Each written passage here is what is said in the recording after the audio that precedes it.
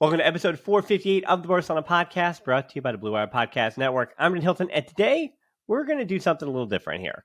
With the summer fast approaching and some of my other projects heating up, you might have noticed that some content of late has either come out late or not at all. So today is a bit of an experiment. Since I had that nice long conversation with Kevin Williams earlier in the week, the second show this week is going to be just me answering listener questions. So that also means that any positive feedback is encouraged, and if this show gets a similar reception to other shows, this may be the plan for the summer to continue doing 2 shows in a week. If people hate the idea, then I may have to consider dropping down to 1 show for a little bit, but we'll have to see about that.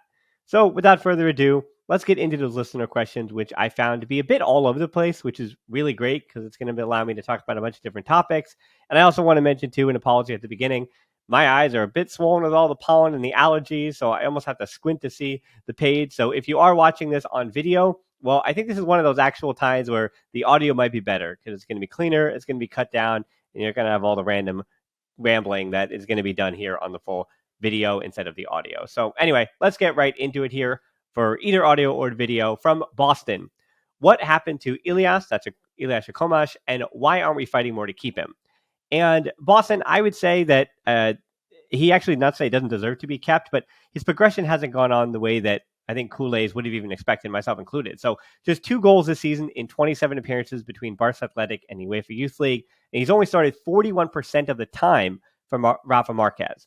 And while he just turned 19 this week, that finishing product just hasn't come along in the last 3 seasons the way you'd expected it to. I mean, even me, he had some goals at the U16, the cadet A level, where I said, okay, this kid has something. And once he gets a little bit more finishing touch, he had something. He used to score a few golazos. And even in the game that Xavi saw, in Xavi's first time as manager of FC Barcelona, the first team, he watched that Barça Atlétic match with Ilias Akhomach, or at the time Barça B. He winds up getting a brace, that being Ilias, the only one he's had for Barça Atlétic or Barça B, and then he gets called up to the first team for the next game, where Xavi was kind of saying, hey, I will trust the academy, and Ilias Akhomach was an example of that. So I think his call up to the first team, even by Xavi, was a bit premature, and Xavi kind of seeing him, seeing what he liked, because what he does do well, he does at a very high level. He isn't really a pacey winger who's going to beat anybody with his speed, but his left foot on the right is really tricky, cutting in to his left side to shoot. He also can pass pretty well, too, with those through balls and stuff on his left.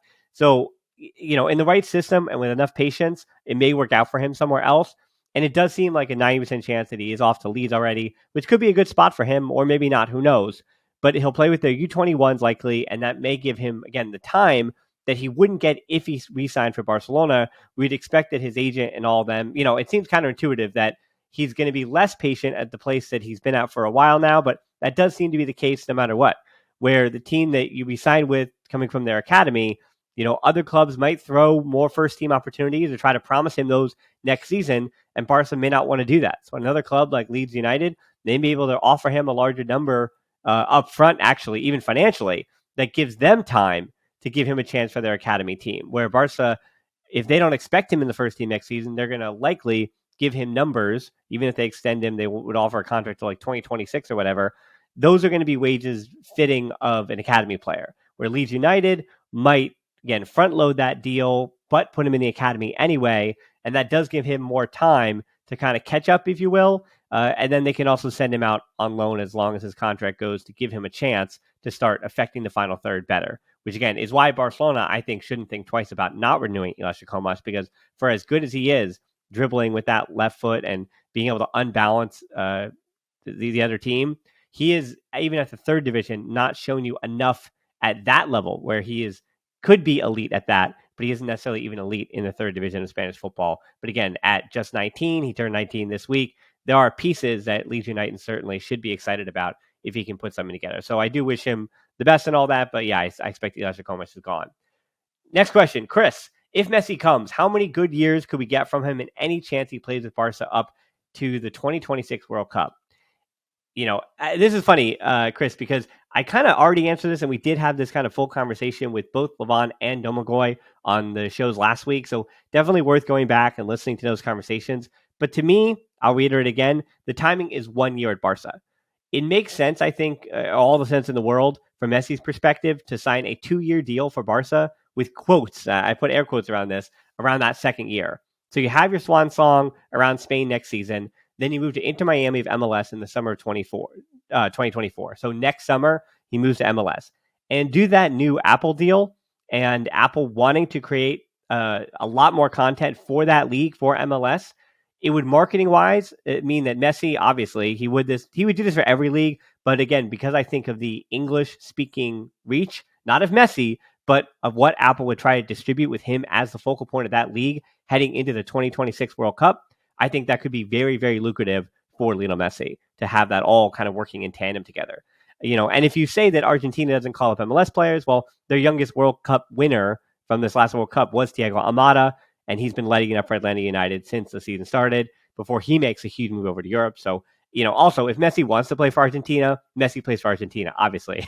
He could play till 42 if he decides, but obviously they might ask him to maybe step aside before then. But again, who knows? I think that's up to Messi after he won them the World Cup and his World Cup and all that stuff in Qatar a few months ago. So, yeah, I would say 1 year at Barcelona makes sense, I think, for all parties involved. I mean, again, I've talked about the fears I have about him on the field, but I'm just talking about contract-wise, about from a Messi perspective, not from an FC Barcelona perspective, which, again, I got into with Levon and Domagoj, because there are reasonable and considerable fears. So don't give in to Messi FC here. I think Messi returning to the club, it certainly on balance is quite a lot. And I think the big question is, Messi, he still has magic in those boots. Is he the star to help take them over the line in big matches? I think there are certainly questions about that based on the efficacy of even the way that PSG had to be set up for him. And if Barca have Alba and Busquets and others in tow, can Barcelona set up in a way that actually does support Messi? Again, it seems counterintuitive that his friends are the ones who are going to stick around if he shows up, where it should be the opposite, where his friends actually step aside if Messi shows up, and he should be, we'll say, the one and only, oldie, with the exception of Lewandowski. Again, that brings up other problems too. So, all right, the Messi thing we already did. So moving to a question from Minor, lack of goals causing us to tie or draw games. How much can we squeeze out of Lewandowski?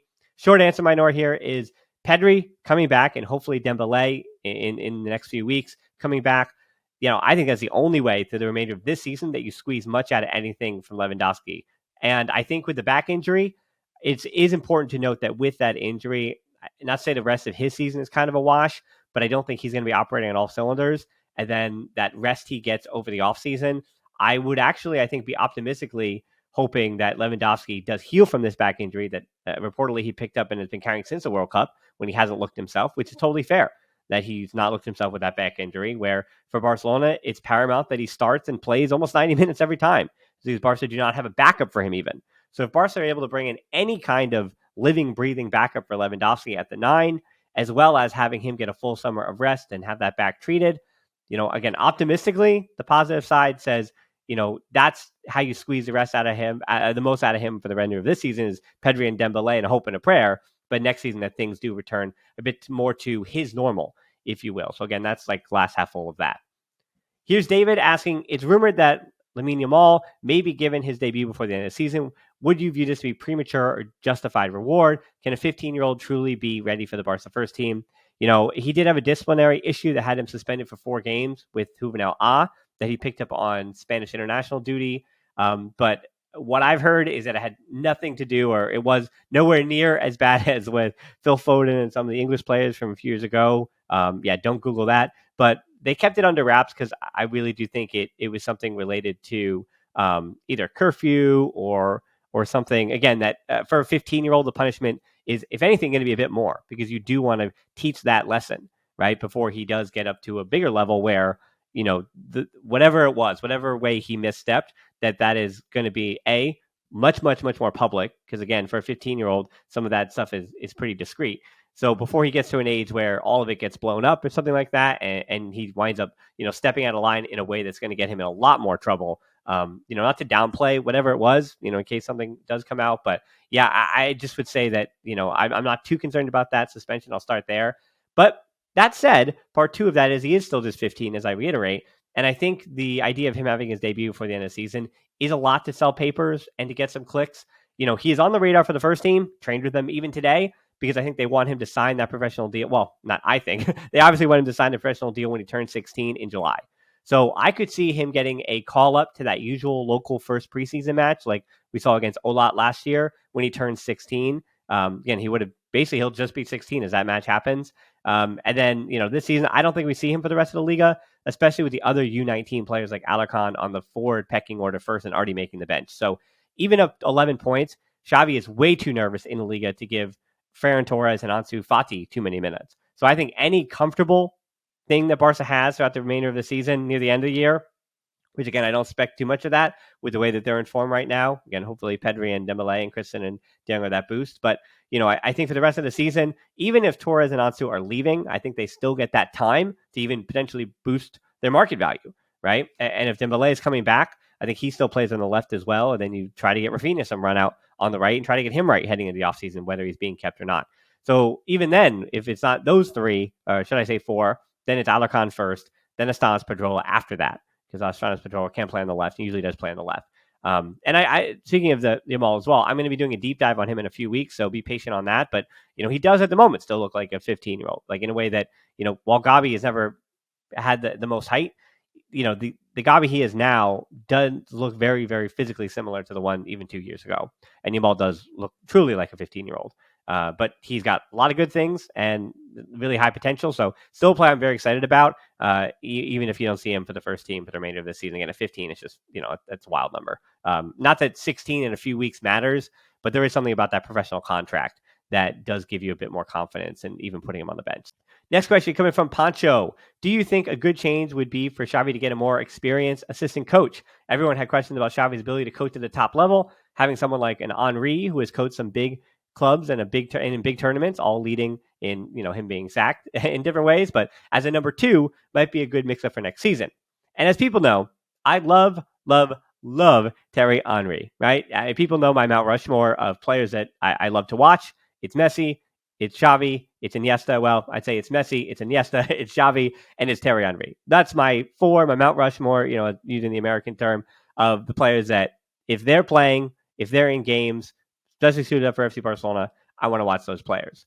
But I did watch him, unfortunately, too, manage at CF Montreal here in the MLS. And I think he is much better as a pundit. Obviously, I think that CBS show, of course, the sky's the limit for that. Just tremendous stuff there. So I think he's actually better as a pundit than he is a manager. And I think the same probably goes for him being an assistant manager, which I don't think he'd ever go for anymore. I think if he's leaving that set and that punditry role that he has now, I think it's to be a head coach or nothing else. And I think for Xavi, maybe Rafa Marquez gets the bump up and then you replace the Barça Atlétic coach. I think that's a much, much easier task and much ask, even financially, for Barca to bring in, the assistant managers with some kind of name cachet. So I could see that. But also it doesn't really solve that problem that you're mentioning, because Rafa Marquez doesn't really have much experience either, other than this 1 year with Barça Atlétic. And I believe being an assistant with his hometown club of Atlas, where he retired. So if there was a guy like an Alfred Schroeder for Koeman out there for Xavi, I think he probably would have brought him in from the jump. And I think the club would have recommended that from the jump. You could also see a reshuffling of, does Jordi Cruyff go from a sporting director to an assistant manager if he wanted to be, or something like that. But yeah, I don't think it's going to happen if it already hasn't happened in the year and a half that Xavi's been in charge. So while it would make sense, I think this is one of those Xavi's going to have to learn as a first team manager, kind of on the fly on his own with his team. Next one from Drew. With Araujo and Koundé playing right back for the big games, is there a need to go out and spend big dollars on a right back? Roberto is fine during most of Liga games, and over the summer you have Dest and Joan Araujo fighting to be essentially the third right back option. Acknowledging my American bias, not my American bias, but Drew's, of wanting Dest to succeed, but he did seem to play well with Messi in front of him when he first arrived, thinking back to his first El Clasico.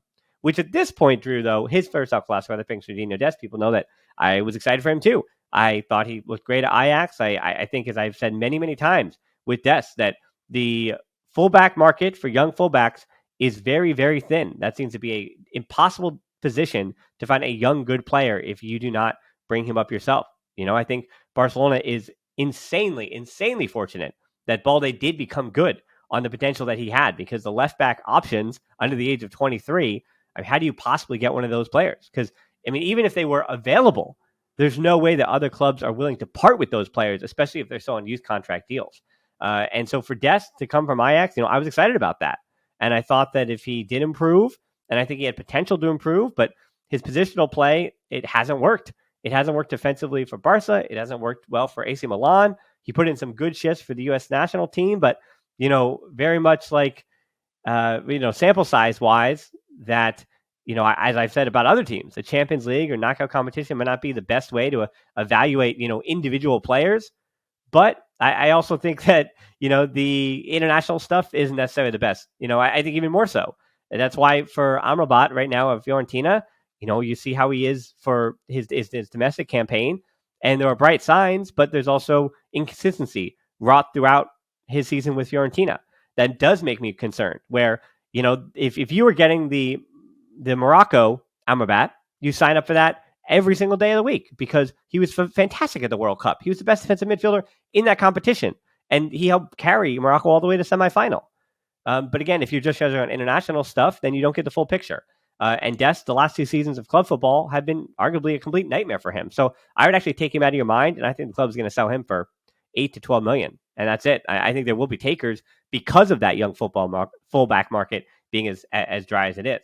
And for Julian Araujo, yeah, I wouldn't put much faith in him either, unfortunately. I like the player, but he, especially as I mentioned when I previewed him when he signed, that he had a ways to go of learning for his positional sense, not even defensively, but attacking wise for a team that has 60% of possession. I think he is fantastic counterattacking. His team, I think when he had his best, that being Julian Araujo, his team was playing a 3-5-2, which, is kind of similar to that 3-2-5 that Barcelona does play in build-up, but his final ball is nowhere near good enough to play in a 3-2-5 and be trusted as this marauding right back going forward, or even stepping in to be that third center back. I don't really think he's good enough in the air, and he can't really be trusted in that position. It was never comfortable when he had to be this inverted pivot, or even as that inverted, if you will, the right back / right center back in a 3-2-5 in build-up, even if you're defending in a 4-3-3, which is what Barca does. So Araujo, I certainly have, that being Julian Araujo, not Ron Araujo, I certainly have questions about Julian Araujo as well, being trusted at anything. And again, I have said my piece about Ana Martinez enough, and I think, yeah, the club is going to go forward with Koundé, and they're going to go forward with Roberto as the backup next season.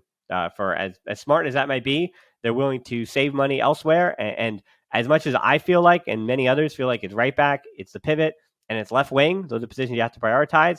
It seems like the club are going to bring in Inigo Martinez and say, well, we're not going to actually consider right back as a place to prioritize. We're going to move him over. And if they renew Busquets, yeah, maybe they just go for Amrabat and say, all right, we're covered there. And then who else are they going to bring in? I mean, you can tell with the forwards, I think that's where a lot of the movement is going to come. And those are going to be big numbers where you don't have much margin for error, So I don't know. Next question. Rick, any response to Real Madrid's claim that Franco supported FC Barcelona, or is it too ridiculous a claim to even look at?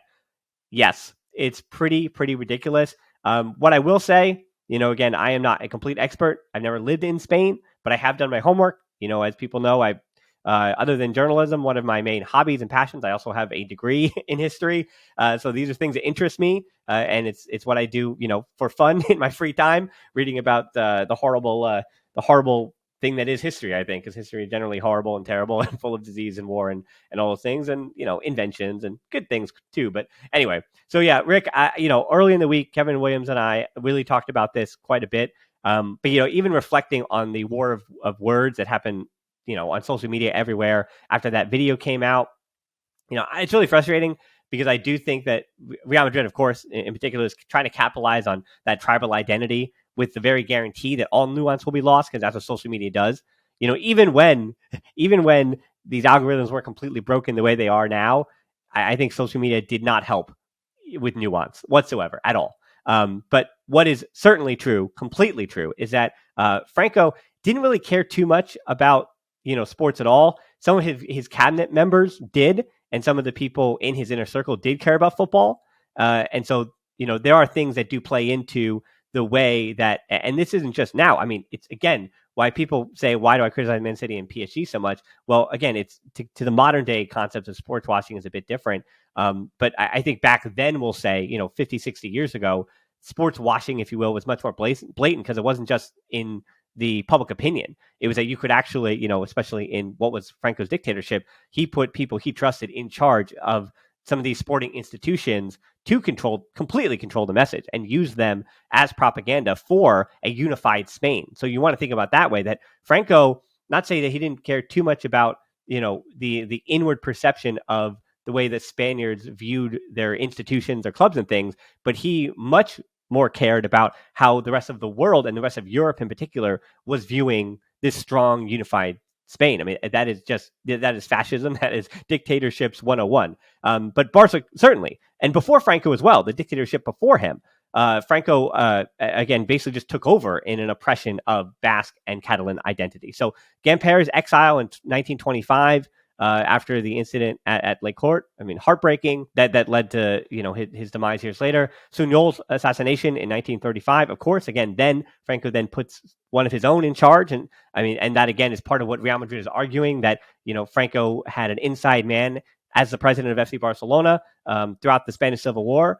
And that's part of their argument, but absolutely not. And then, again, that is true, but FC Barcelona as an institution and their identity has always been opposed to that and pro-Catalan, those things. Now, again, we're getting into Spanish politics. And then also the 1943 Copa del Generalissimo tie. I mean, again, that's a story for a different time as well. But, all of that oppression, all those things are real and true.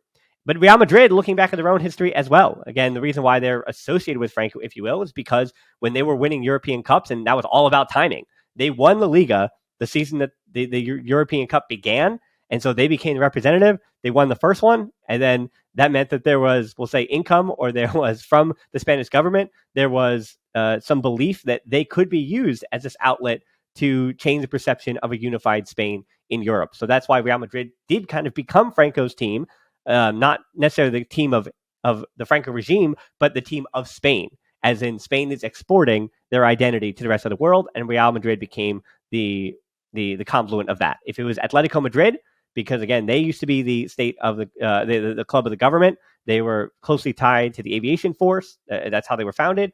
So if it was Atletico Madrid in that space, having won the Liga that season, it would have been them. If it was Real Betis, it would have been them. Athletic Club in Barca.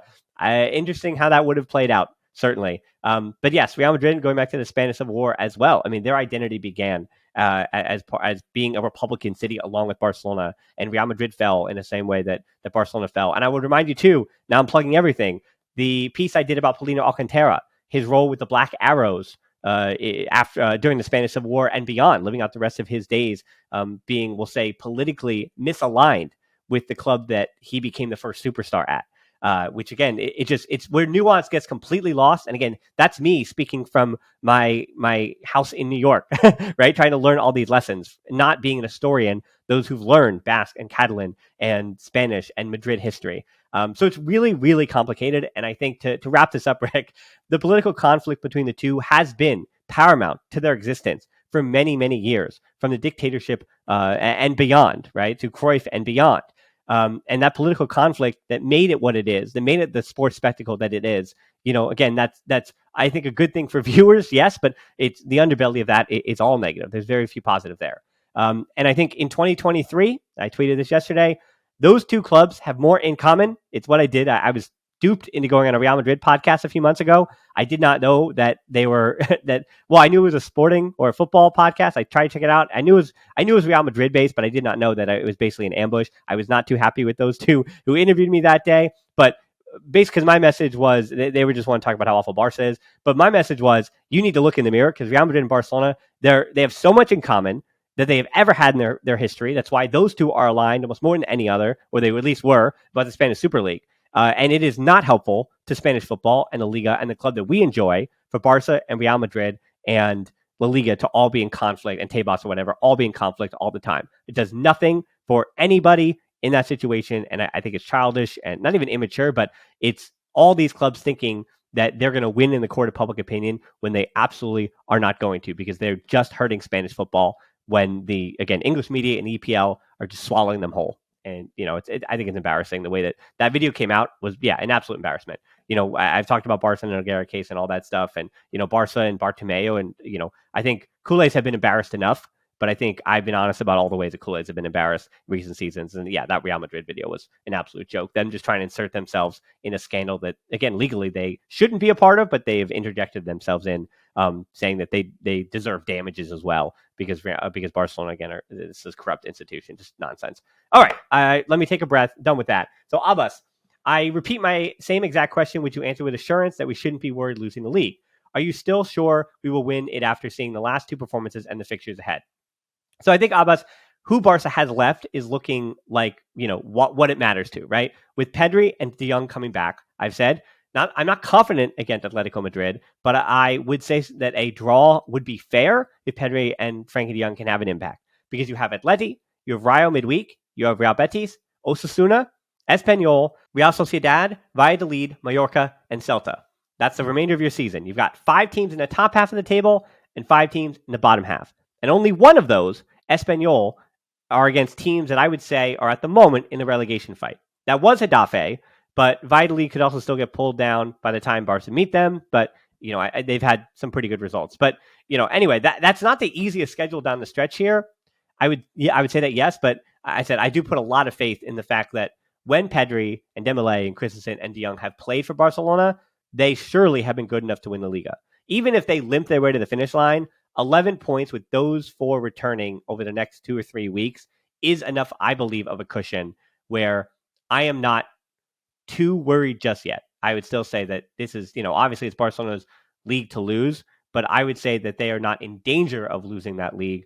But you can talk to me again after Osasuna. Because yes, if they lose 4 straight, Atleti, Rayo, Betis, Osasuna, their lead is completely evaporated. And Atletico Madrid and Real Madrid have likely caught them. But I also don't think that Barcelona are going to take L's, lose, or even lose plus draw without any wins from Atleti, Rayo, Betis, and Osasuna. I think there's at least a win or 2 in there. And again, people can correct me if I'm wrong, but I believe the magic number is 5. That 5 victories, just straight victories, would be enough to have them win the table. So, again, even if they get 2 draws, a win, or 3 draws and a win, or 2 draws, a win, and a loss from the next 4 games, you still get a win against Espanyol. You got that win I just mentioned, Valladolid, Mallorca, and then Celta. You even win the league on the final day of the season. So, yeah, I would say I'm not too worried just yet, just based on the math, and then players coming back. Bachir, what should change for this team to stop completely falling apart similar to the Copa del Rey meltdown of the previous European nights? This is one of the things we've talked about. I think I've said it with every guest. You need either players to stay healthy all season, or you need better depth players. And Barcelona are going to have to worry about that in the offseason. So I'm not saying it's a question I'm not concerned with, but it's such a big picture. It is obviously the big idea. And when you talk about European nights, it's the one that I've been yelling about for 6 years now on this show. So, yeah. So, but I'm a bit too swollen in the eyes from these allergies and tired to try to do a whole thing on that. So, we'll obviously, it's always something we talk about every show. Aridaya, you have to correct me on pronunciation on that. Does Xavi really have any style of play, or does he just go according to opponents? I did talk about this quite a plenty with Kevin Williams, because I did disagree a bit with him on the earlier show this week about Xavi's ideas, right? He isn't just throwing players out. And the problem with his system, if you will, is that there's such a drop-off in the depth of players, kind of going back to the Cheers question, that those ideals and those things that he's trying to do, again, those pressing actions are way, way, way up. But to press the way that Man City and Bayern and Barcelona do, you need elite footballing IQ players, if you will. That's a stupid young person term about footballing IQ, and I think the ones who use that term don't understand what they're saying with it. And I think IQ is also a complete joke. That's something for another time. But anyway, those with a better way of saying it would be elite positional sense to understanding the nuances of pressing at the highest level. And he has 11 to 12 players, maybe 12, that can do that, right? And so the phases of buildup are certainly an issue for Barcelona, the way the team constructed with those substitutes, again, positional play and pressing. Those are the ideas that Xavi is trying to put forward. I also have a guest coming on Tuesday where we're going to do a deeper dive on all these tactics and all these ideas as well. But yes, I do think he has a style of play, which is pressing. It is going forward on the wings, as others will say, again, with 1v1 situations. And if you don't have the right personnel for that, it's not going to work. But again, pressing high, turning the other team over, and basically scoring in this possession-based, counter-attacking style, what kind of try to merge those two as much as you can through positional sense. That is what Xavi's trying to get across. All right, now in the back half here, Eric, Barça Atlétic seems to have outperformed expectations. What do they need to do to get promoted, and how valuable would a promotion be for the future development of players, or would it be better for the development of the younger players to stay in their current division?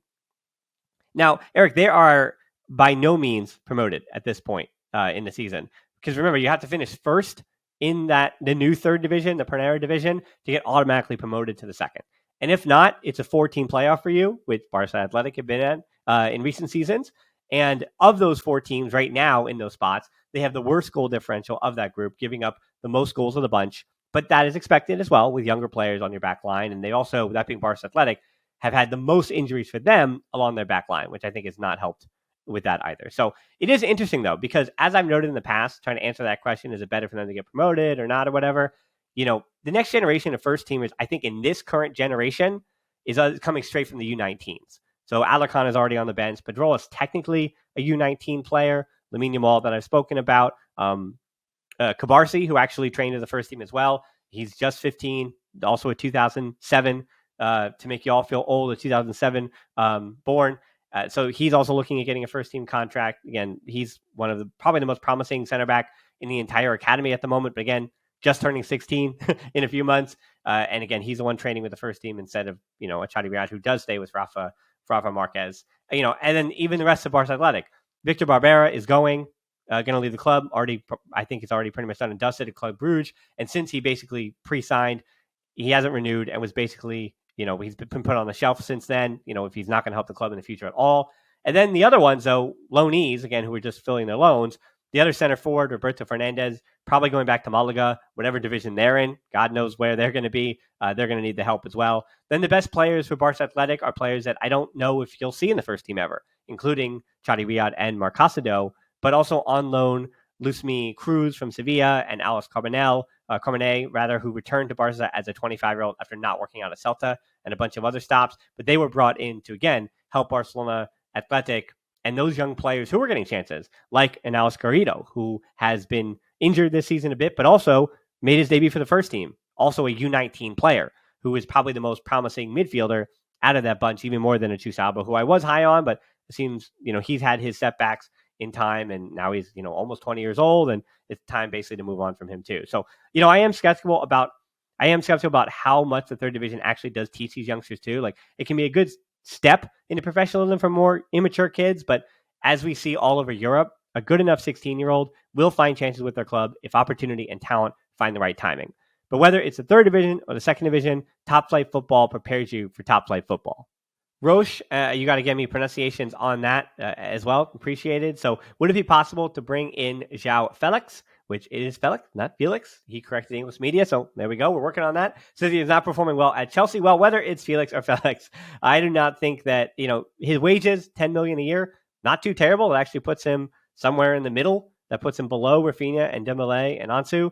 But with an expiring deal, I actually think his next team is going to go up to like 13 or so per season. And I think that's too much for Barcelona. I also think system-wise, his pressing actions, we talked about Xavi's system. If we believe Xavi that he does have a system, I don't think Felix, as good of a player as he is, actually does fit Xavi's system. So I do not think it would be a wise move for Barcelona at the number that is going to be required to bring him in. So I would pass on him. And again, he wasn't performing well at Atletico Madrid, hasn't performed well at Chelsea. Maybe he needs to reconsider his level as well. And maybe, unfortunately for Felix, if he's looking around his Portuguese teammates, maybe he is more like a Gonzalo Guedes who had the world at his feet at PSG. And, he had to step back down a few levels to kind of, figure out who he was again. And if Felix is still young, he might need to do the same thing. All right, home stretch here. Alex, on a macro level, can you explain how Barca went from having the largest wage bill in Europe a few years ago to struggling to register players in the Liga? I had never heard of a Liga's strict wage cap until 2021. So what's the issue here? And then he also says that being Alex, I understand the limit is based on a combo of income and expenditures. COVID was awful for income, but stadiums have been open for a year, and the wage bill at 1/4 of its peak is apparently still not enough. Was the Liga just asleep at the wheel pre-COVID when they allowed Barca to rack up a $750 million wage bill, but now they suddenly care? Now, Alex, I think you did kind of answer some of that already. Stadium closures, especially for a team like Barca that rely on gate revenue as a larger portion of revenue than clubs in the EPL, who have a much larger broadcasting deal. Stadium closures and the museum, especially for Barca, were really rough on their total revenue. And always a reminder, it's not just Barca. A ton of other Liga clubs are struggling with the stricter wage cap post-COVID.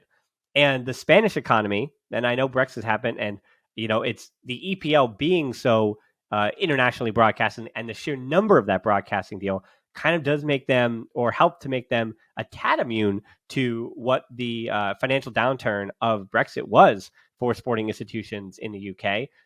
And for Spain, unfortunately, COVID really did a number on the we'll say the Spanish allowance for their footballing, their footballing institutions, if you will.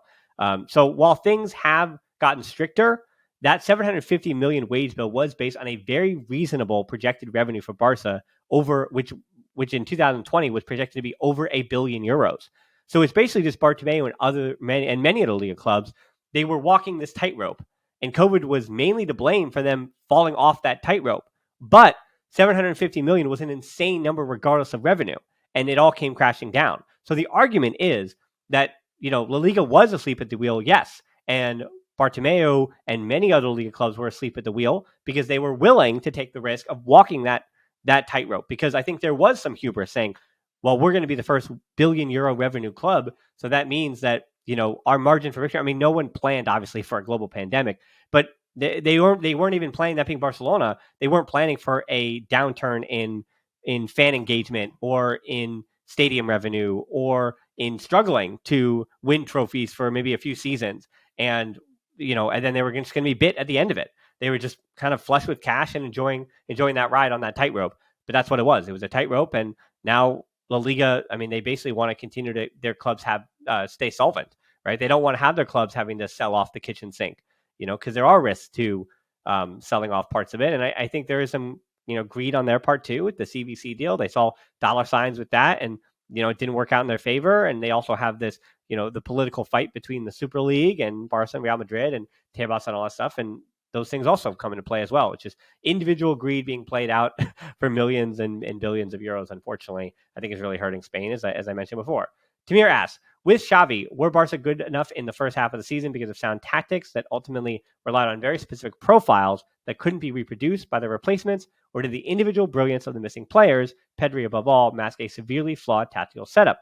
It would seem an important question to answer, even if the outcome is similar, meaning Barcelona were dumped unceremoniously out of every competition except La Liga, because the solution would have to be diametrically different for each scenario. Now, Tamir, again, I kind of already answered this one a bunch of times before, but yes, depth is certainly a problem.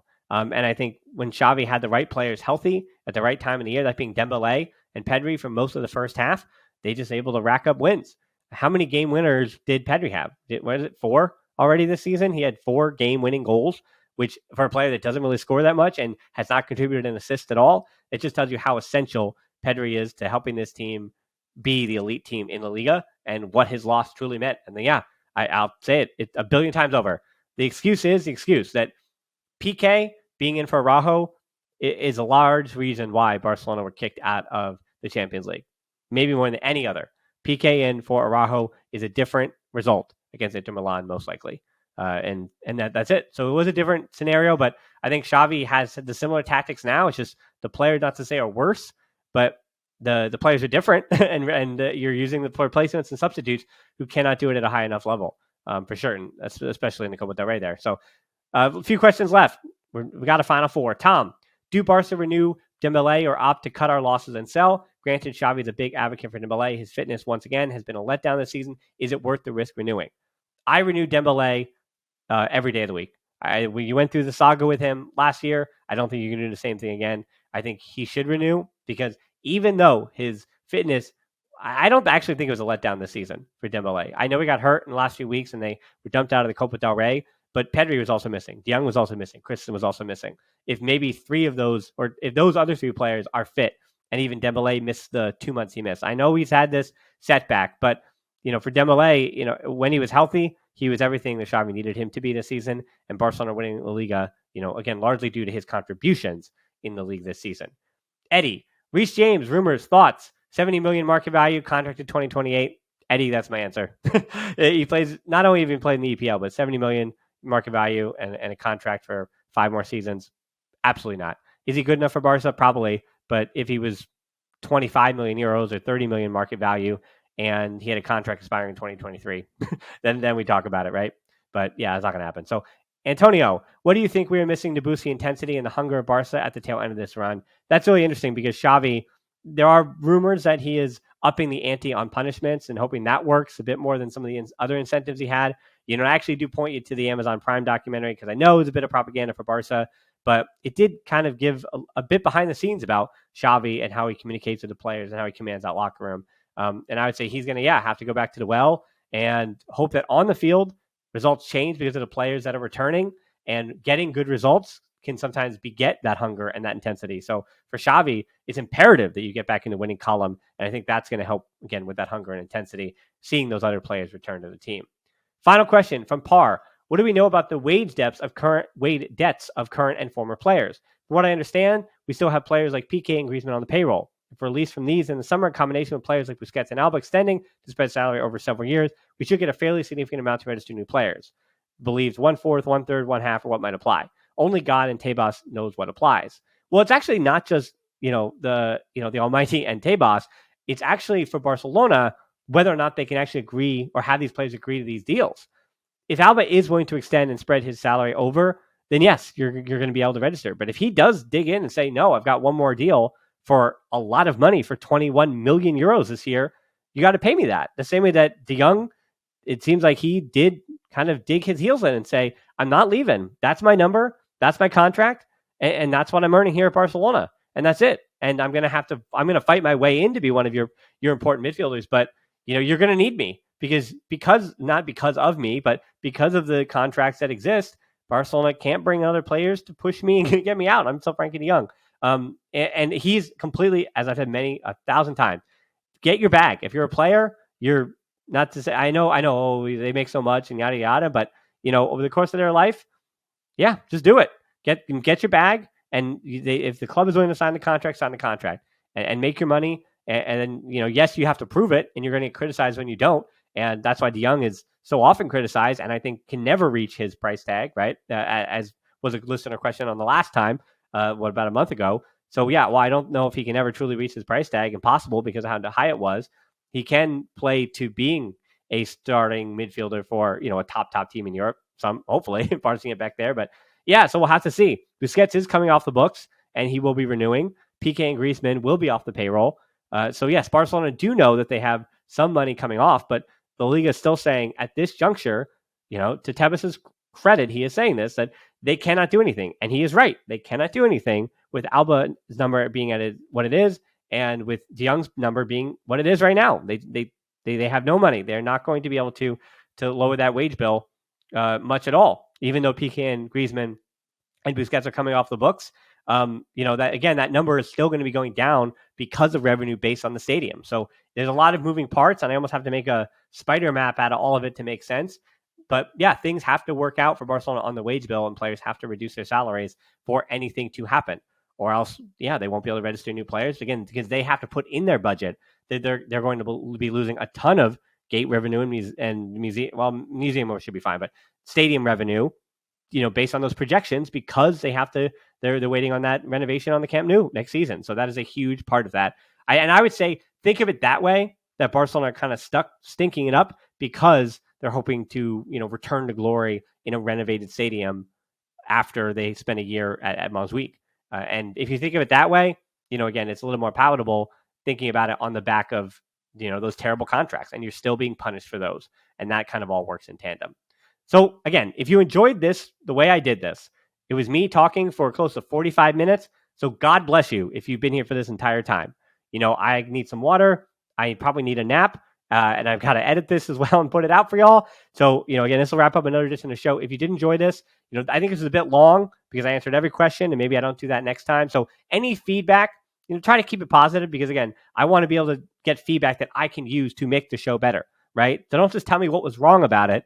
Give me feedback of what worked or what didn't with this kind of format, especially for those who are still here, because that means that that I trust your opinion if you're still here listening to the show. So most importantly, as always, you know where to find me, you know where to find us, the whole Barcelona podcast universe. So thanks so much for listening to the show. Until next time, we'll talk to you soon, and Forza Barca.